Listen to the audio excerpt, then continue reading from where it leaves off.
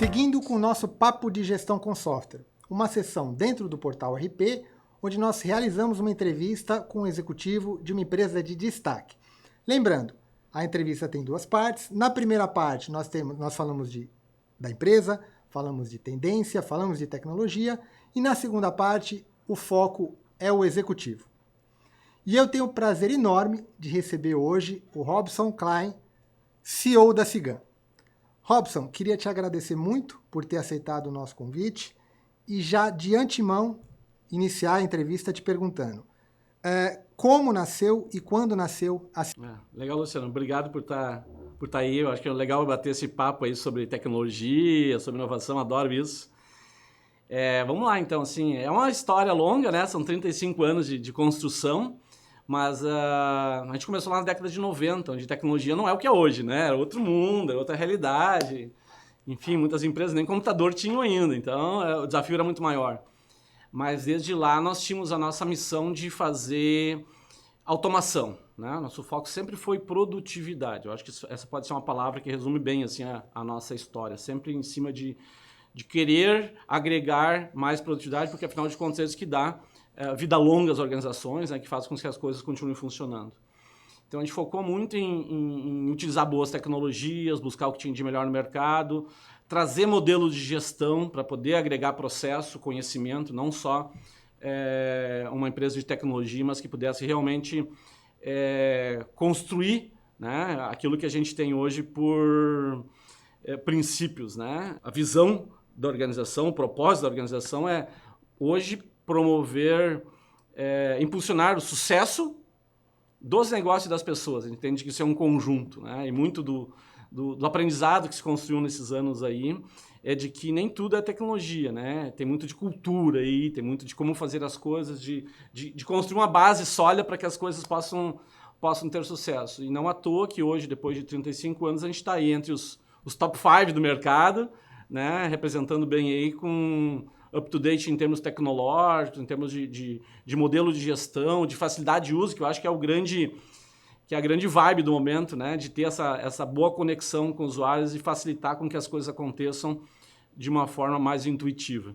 E quais os mercados, segmentos atendidos hoje pela Cigam, Robson? Luciano, a gente tem um posicionamento assim, muito sólido na questão de mostrar onde a gente é bom. Né? Focar naquilo que a gente entende bem, que a gente conhece, que a gente domina e seguir melhorando nesse segmento. Então a gente buscou assim, indústria, né? A distribuição, o serviço e varejo do comércio. Né? Então assim, dentro dessas linhas, então, os segmentos que estão ao redor, né? A gente procura buscar parceiros para fazer boas integrações, mas se foca nesse perfil de empresa, né? Para poder realmente entregar mais qualidade, mais conhecimento, poder ter um bom time de implementação, porque não é só a tecnologia que eu estou entregando que tem que atender aquele segmento, mas o time que dá o suporte, que faz as regras de negócio, que parametriza o sistema, também conhecer e poder dar um bom customer success, né? De o cliente realmente se sentir satisfeito e bem atendido com essa solução. Robson, vamos falar de transformação digital.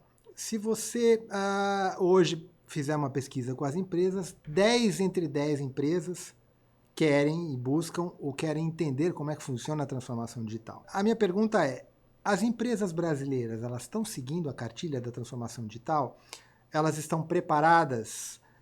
Você enxerga algum setor aí que tem feito isso com uma maior propriedade, né, tem avançado mais? Algum setor que tem avançado menos nessa transformação digital? Olha, Luciano, eu tenho palestrado, acho que tenho acompanhado lá no próprio evento do portal do RP, no RP Summit, desde o início, né, da primeira edição, sobre esse assunto, transformação digital. Então a gente foi um dos precursores aí, né? Eu levei lá sobre o RP do futuro, o RP autônomo, o modelo de transformação digital, que a gente entende hoje, assim, como tu bem colocaste, a maior parte das empresas quer fazer sua transformação. A tua pergunta é, estão seguindo a cartilha, né? Eu diria que a grande maioria das empresas já entende a importância que isso tem, ao mesmo tempo que a grande maioria não está conseguindo fazer, ou não tem conseguido fazer no decorrer dos últimos anos. Algumas por falta de recursos, ou humanos ou financeiros, mas principalmente, eu diria que a grande maioria está pecando na questão cultural, né? De entender que é muito mais transformação do que digital. E eu acho que essa pegada, né, como eu te falei, é um trabalho aí que tem mais de 7 anos já de desenvolvimento, e a gente, no transcorrer desse tempo, e assim, não é um dado que eu estou trazendo, que é a grande maioria, né, 90% dos projetos falharam nesse período, e 2020, 2021 aí teve um boom, né, eu acho que isso, houve uma mudança bastante forte nesse cenário. A gente aprendeu, né, as dificuldades que as empresas tinham e criou algumas ferramentas para isso. Tanto que em janeiro de 2020, ou seja, 2 meses antes de iniciar a pandemia, a gente lançou o RP 4.0, que era um conjunto de ferramentas que ajudavam as empresas a fazer a sua transformação. Justamente por perceber que existia essa questão cultural, a dificuldade de entender, de criar uma estratégia de digitalização, estabelecer a cultura digital dentro da organização, e aí começar a fazer o processo de revisão de processo para, enfim, poder entender onde aquele negócio, como é que era o novo modelo de negócio da empresa e poder implementar as automações para que se dê o ciclo da automação. Então, a gente criou o que a gente chama de infográfico da transformação digital e colocou para cada uma das fases, né, da transformação digital uma ferramenta.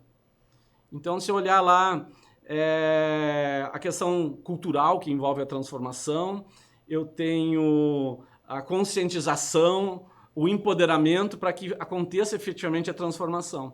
E essas ferramentas têm ajudado muito os clientes a fazer isso. Tem alguns segmentos que foram empurrados, vamos dizer assim, pela pandemia. Eu acho que o varejo foi o principal deles, porque ele precisou se reinventar, porque, né, não dava para sair na rua, não dava para comprar, então houve impulso ali com e-commerce, marketplaces, omnichannel, então, enfim, houve impulso grande. Quando eu falo de forma geral na transformação digital, eu acho que as empresas, do ponto de vista administrativo, a gente resolveu bem com o RP. Mas na ponta, né, que eu falei do varejo, né, que tem as ferramentas adicionais, na indústria, que ela depende, às vezes, de investimento muito maior, né, de botar máquinas mais modernas, de botar robôs e tal. Ali eu acho que a IoT está fazendo um belo de um trabalho, está dando um ganho bastante, né, conseguindo renovar o parque atual, trazendo novos controles, novas automações muito legais. Na distribuição a gente conseguiu também agregar bastante com soluções e automação em termos de ferramenta e tal. Então, eu diria assim que esse é o cenário atual. Assim, as empresas entendem, estão fazendo, e o nosso papel é esse, levar ferramentas para facilitar esse processo de transformação e aí digitalização das empresas. O desafio hoje é tanto do parte das empresas de ter as pessoas adequadas, quanto pelas empresas de tecnologia para também ter a capacidade para fazer toda a automação que está se demandando. Mas está acontecendo. Eu acho que o ritmo está acelerando. Perfeito. Aí falando um pouco aí desse processo, né? Como é que você, na tua opinião, tem sido a adoção de tecnologias como cloud, inteligência artificial, próprio IoT, por parte dos provedores, né, dos fornecedores e também dos clientes? Essa questão de adoção de tecnologia, tudo na vida a gente aprende pelo amor ou pela dor, né? Então, assim, tem algumas que adotaram previamente, são os early adopters, né, que começaram a utilizar. Eles têm suas vantagens, mas também têm um aprendizado. Então, acabam, às vezes, pagando mais por isso. E agora, né, chega um certo momento em que eu começo a ser obrigado a adotar essa tecnologia, porque a concorrência está adotando, meu concorrente já tem um diferencial competitivo e eu preciso acompanhar. Então, assim, eu acho que a IoT avançou bem, eu vejo muita empresa oferecendo IoT, muita empresa adotando, né? Já não é mais um bicho de 7 cabeças, as coisas, né, estão fluindo bastante, então acho que isso é algo que está já no sangue das organizações e está evoluindo bastante. A questão de comércio eletrônico também, eu acho que está resolvido, está andando, tem ferramentas prontas no mercado, é uma questão de adotar, né? Agora, a gente tem um belo desafio ainda com inteligência artificial, né? Tem muita coisa legal acontecendo, tem muita coisa boa que foi feita, mas tem alguns gargalos e eles estão relacionados justamente à questão da interface, da interação com o usuário, da empatia, né? Da forma como isso está acontecendo e a dificuldade com a qualidade dos dados. Porque a inteligência artificial ela vai tomar decisões, ela vai trabalhar a partir do momento com base nas informações que ela tem disponível. Então, esse treinamento, né, de poder dar informação, de saber tratar as exceções, principalmente, porque a regra é muito fácil. né, é que tem um desafio belo aí. Então, hoje a gente tem, na verdade, em termos de inteligência artificial, muitos algoritmos bem elaborados, com perguntas e respostas bem elaboradas, mas quando a gente fala de tratar assuntos mais genéricos, ainda tem um desafio belo pela frente. São ferramentas que dão poder dentro daquele contexto. Quando eu amplio esse contexto, as coisas começam a complicar. Então, esses algoritmos ainda precisam evoluir. O segredo que a gente adotou dentro da nossa ferramenta foi deixar esse conhecimento de forma tokenizada, ou seja, de forma padronizada, para poder usar os melhores algoritmos que estão por vir aí. Então, a gente está preparado aí para encarar e suprir os algoritmos melhores que estão surgindo. Perfeito. Robson, eu queria falar com você agora sobre um calcanhar de Aquiles do nosso setor. O nosso setor, claro, outros setores têm também, mas eu acho que isso é mais sensível no setor de tecnologia. A mão de obra qualificada, ela definitivamente não acompanha a demanda de novas tecnologias que são pedidas pelos teus clientes, né, pelos clientes de vocês, provedores. Então, essa equação é uma equação muito difícil de ser resolvida, né? Queria que você compartilhasse um pouco com a gente a visão da Cigam para isso. Recursos humanos, principalmente na nossa área, sempre foi um desafio, não é uma coisa de agora, né?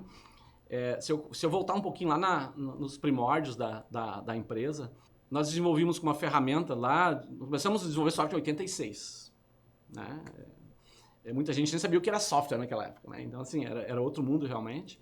E lá por 90, 92, a gente estava enfrentando um desafio, né, de ter que trocar de tecnologia, porque a tecnologia que a gente usava na época estava sendo descontinuada, não estava avançando na velocidade que a gente gostaria. E aí nós começamos a procurar uma ferramenta. E na época já avaliamos mais de 20 ferramentas, acabamos escolhendo uma ferramenta que agregava justamente muita produtividade, porque nós precisávamos, né? E eu lembro que na época, olha só, 94, o fornecedor era uma empresa israelense, ela disse, olha, lá em Israel já está faltando programador. Né? E pra gente aqui, tá, legal, mas assim, né, vamos devagar, isso não é bem assim ainda e tal. E hoje é uma realidade, né? Hoje não é realidade, hoje é um problema grave, né? E a gente tem, então, assim, olhando o contexto geral atual, tem uma falta de recursos humanos, né? Com a devida capacidade para diversas funções, em todas as áreas está faltando, mas isso está levando as empresas a buscarem mais automação. Tanto que se a gente olha hoje para o mercado e olha as principais pesquisas que estão aí sobre tendências tecnológicas, futuros tecnológicos, tem dois hypes, assim, que é hiperautomação, né, que é o que eu não tenho pessoas para fazer o processo, eu preciso fazer o processo, o que eu faço? Automatizo. Que aumenta o gargalo de recursos humanos na área de tecnologia. Quer dizer, né, eu estou transferindo o problema, e aí, para resolver o problema na tecnologia, eu tenho que ter mais produtividade em desenvolvimento de software.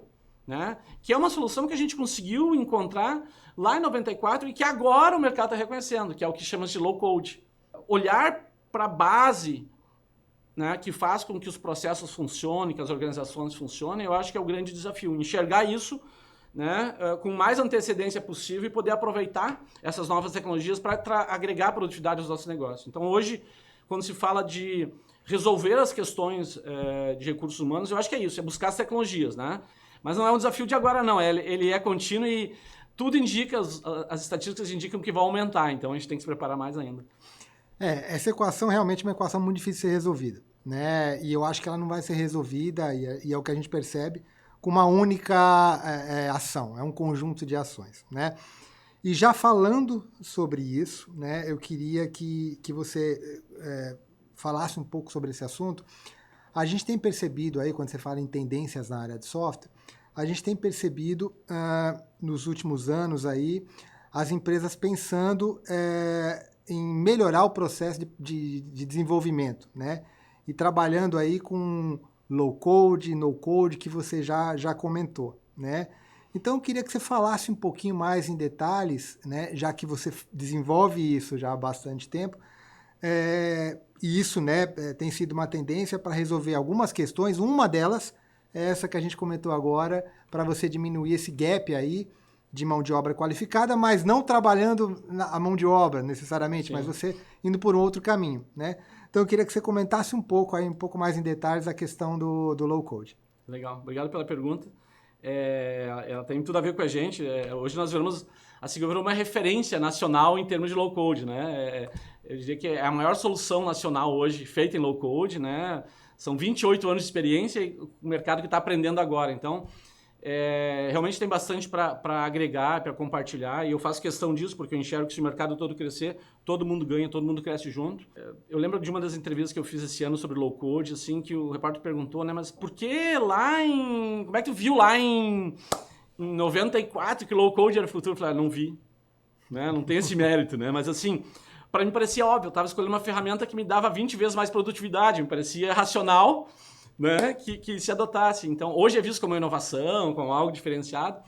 E claro que a visão que eu tenho hoje de low-code é muito mais completa e muito mais robusta do que era na época. A gente agregou muita coisa que a gente nem imaginava, porque, enfim, era uma coisa realmente nova, era o autêntico modelo de inovação, né? Porque era algo que estava aparecendo no mercado, ninguém conhecia, era um risco, porque não sabia se ia dar certo ou não, são as premissas, né, de inovação, né? Algo que não está experimentado, é arriscado, né? E vai agregar alguma coisa realmente. Então, eu acho que o primeiro é esse, né? Se vai agregar produtividade, já é um bom fator positivo para ela, né? Não tenho o que discutir. E hoje, como eu não tenho alternativa, ou seja, não existem mais profissionais disponíveis no mercado, a solução é isso, né? É uma ferramenta que agregue realmente. Agora eu queria falar de um outro pilar importante das empresas, né? A gente falou de tecnologia, eu queria falar agora de pessoas.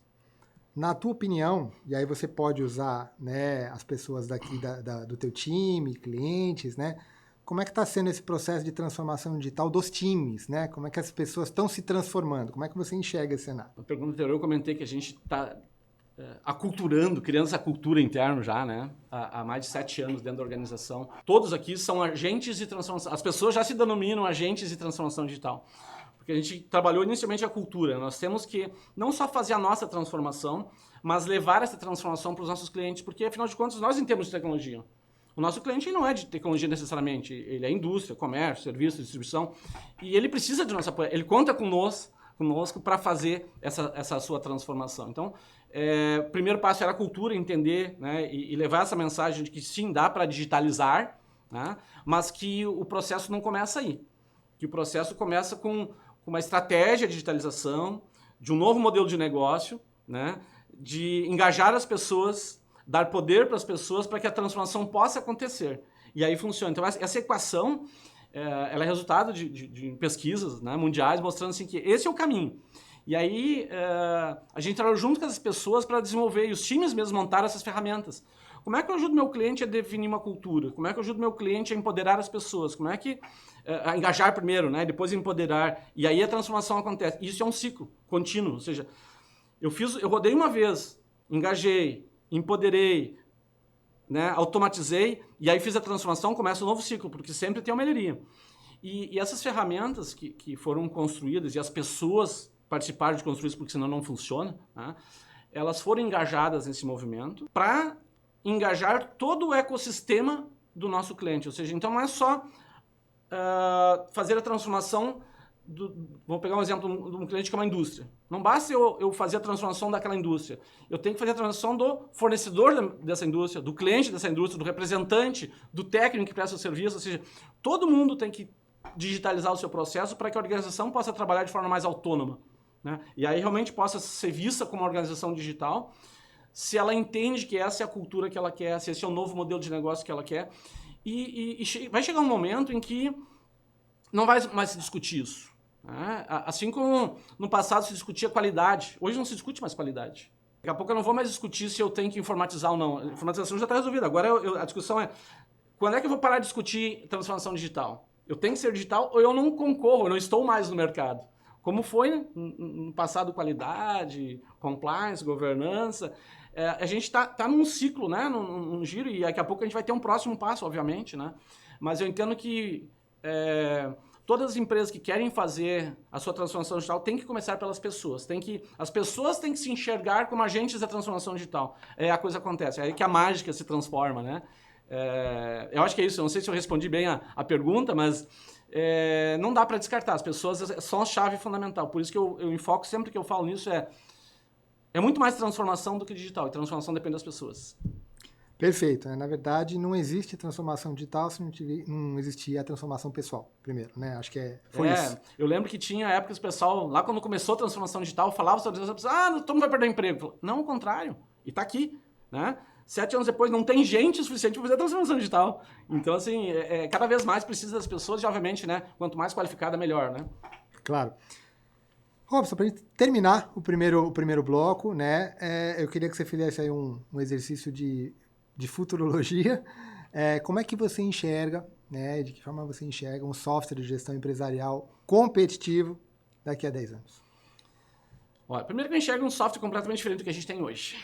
Né? Eu falei antes que a gente trabalha muito forte nessa questão, até por usar low code, isso acabou virando parte do nosso sangue, né? São 28 anos de aprendizado nesse formato, que tem que ser cada vez mais fácil, né? E a gente entende que nos próximos 5 ou 10 anos, então é difícil de precisar o tempo, né? Porque a gente tem essas acelerações e essas demandas todas, mas eu entendo que esse papel de digitar, né, de usuário, ele vai ser substituído pelo digitalizar, ou seja, eu não vou mais ter um software que eu tenha que operar, que eu tenha que ter um usuário.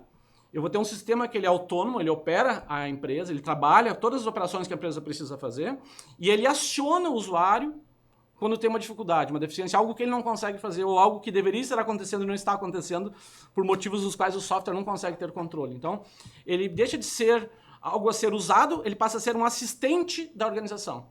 Então, as pessoas vão poder se dedicar naquilo que elas são de fato mais eficientes.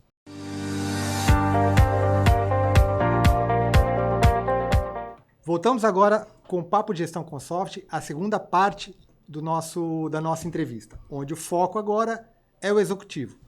Robson, está preparado? Vamos lá, sempre, né? Muito bem. Gostaria que você se apresentasse agora, Robson. Tá bom. Bom, Robinson Klein, CEO da Cigan, um inovador de carteirinha, né? Tem vários papéis aí em entidades, sempre no foco na inovação. Também sócio fundador de uma aceleradora, né, de startups, aí, fazendo um trabalho já também de mais de 7 anos. Aí. Enfim, é uma paixão essa minha, inovar, né? Perfeito. Um hobby? Leitura. Viciado em leitura, tô lendo o tempo todo, sempre querendo saber, muita curiosidade. Eu acho que, não sei se é leitura ou curiosidade, né? Mas os dois estão casados aí. Robson, um livro? Um livro, são tantos. Rápido e Devagar. Perfeito.